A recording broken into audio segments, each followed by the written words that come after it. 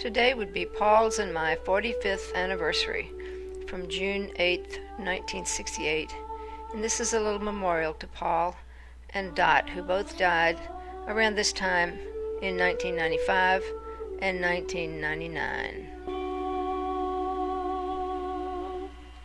We gathered at this table and divided the ashes among Betsy, Terry, Katrine, Mark, Howard, Walker, and Noah. We carried the ashes to the back of the nice wooded yard, walking past the fairy forest, and then scattering the ashes in the green leaves and nurturing earth along the side and back of the property. And now we're going to look at some memories and say thanks for the memories.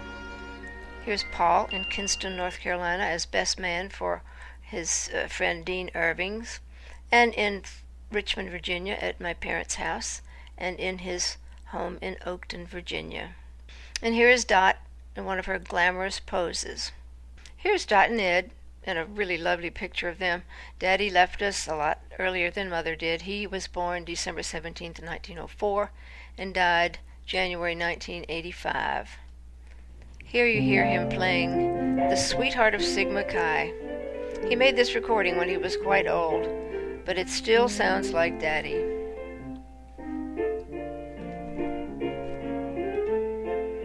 Here we are at Betsy and Paul's wedding. Daddy, Betsy, Paul, and Mother.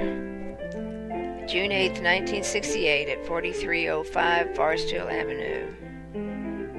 Here we are throwing the bouquet. Me and Paul. There's Uncle Skeeter. Lucille Weiss. I think this is Bob, Paul's brother. Liz Mulligan, a student of mine from Colby Junior College. Good friend Pam Myers. And the Diggs house right there. Paul and Betsy at the mantel here.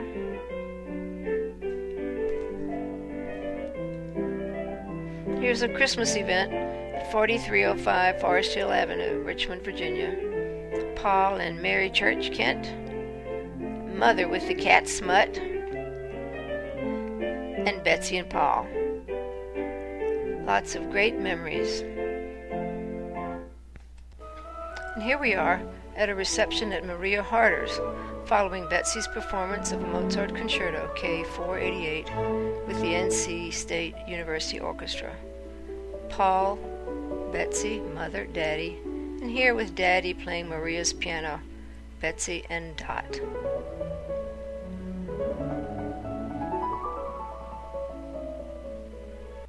Here are two poems, Spore and Source by Paul Hannah, from this wonderful book of poetry called I Speak in Orchestral Whisperings.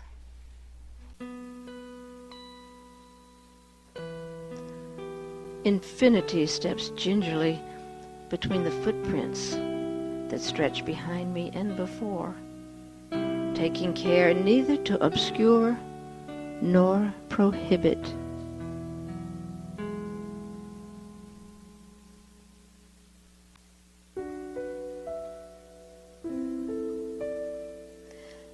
Let your love flow like a flood across the land,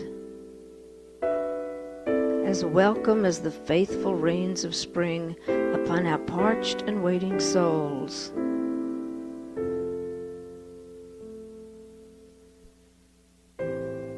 Every autumn we turn our backs on the fullness of the ancient promise and trudge into the poverty of winter, where the solitary winds feed the affection for mortality and bind us into the ice of hope.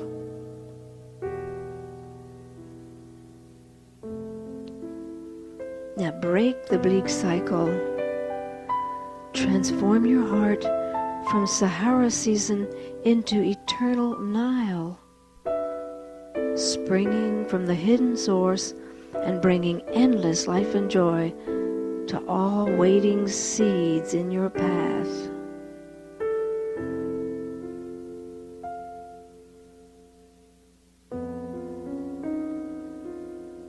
You once were a seed. You now are the source.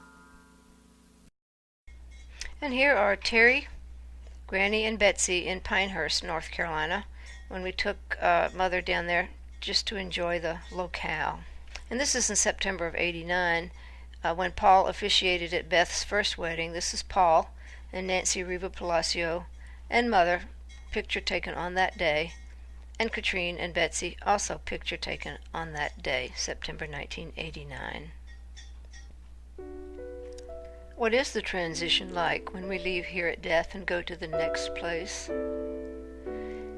In most cases, as we make the transition, we're totally unconcerned about it. As bright as the sunlight appears to our eyes, this physical world is a dark, small, mean place compared to the other worlds.